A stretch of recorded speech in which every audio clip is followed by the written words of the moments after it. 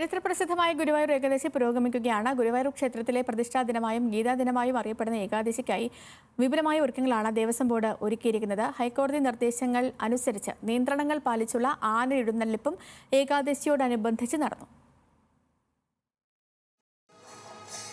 ശങ്കരാചാര്യർക്കും വില്വമംഗലം സ്വാമിക്കും ശ്രീകൃഷ്ണൻ വിശ്വരൂപ ദർശനം നൽകിയ ദിനം. ദേവഗുരുവായ ബൃഹസ്പതിയും വായുദേവനും ചേർന്ന് ഗുരുവായൂരിൽ പ്രതിഷ്ഠ നടത്തിയെന്ന വിശ്വാസം.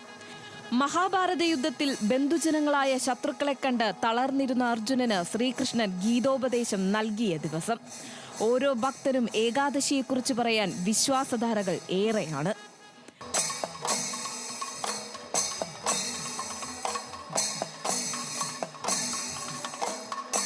പുലർച്ചെ ആരംഭിച്ച വിശേഷാൽ പൂജകൾക്ക് ശേഷം ശീവേലിയും കാഴ്ചാശീവേലിയും പൂർത്തിയാക്കി പാർത്ഥസാരഥി ക്ഷേത്രത്തിലേക്ക് എഴുന്നള്ളിപ്പ് നടന്നു. ഹൈക്കോടതി മാർഗനിർദ്ദേശങ്ങൾ പാലിച്ച് ആനകളുടെ എണ്ണം പരിമിതപ്പെടുത്തി കൃത്യമായ അകലം പാലിച്ചായിരുന്നു ഏകാദശി എഴുന്നള്ളിപ്പ്.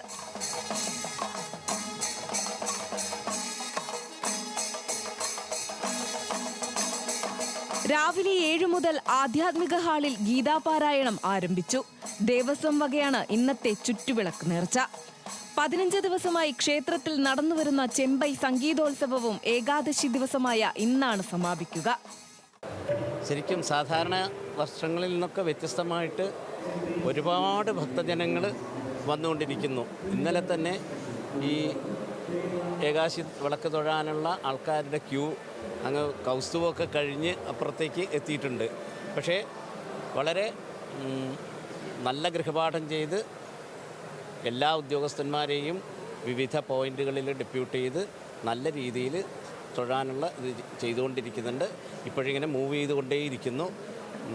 ആരുടെ ഭാഗത്തുനിന്നും ഇതുവരെ പരാതിയോ അങ്ങനെയുള്ള ഇതൊന്നും ഉണ്ടായിട്ടില്ല. ദശമി ദിവസമായ ഇന്നലെ പുലർച്ചെ മുതൽ വലിയ ജനത്തിരക്കായിരുന്നു ഗുരുവായൂർ അമ്പലനടയിൽ അനുഭവപ്പെട്ടത്. ദ്വാദശി ദിവസമായ നാളെ രാവിലെ വരെ നട തുറന്നിരിക്കുന്നതിനാൽ വിപുലമായ സൗകര്യങ്ങളാണ് ഭക്തർക്കായി ഗുരുവായൂർ ദേവസ്വം ബോർഡിന്റെ നേതൃത്വത്തിൽ ഒരുക്കിയിരിക്കുന്നത്. ഇന്ന് ഉച്ചയ്ക്ക് 2 മണിവരെ VIP ദർശനം ഒഴിവാക്കിയതിനാൽ പരമാവധി ആളുകൾക്ക് ഗുരുവായൂരപ്പന് മുന്നിലെത്തി പ്രാർത്ഥിക്കാൻ അവസരമുണ്ട്. 40,000-ത്തിലധികം പേർക്കുള്ള വിഭവസമൃദ്ധമായ സദ്യയും ഏകാദശിയുടെ ഭാഗമായി ക്ഷേത്രത്തിൽ ഒരുക്കിയിട്ടുണ്ട്. ന്യൂസ് മലയാളം, തൃശൂർ.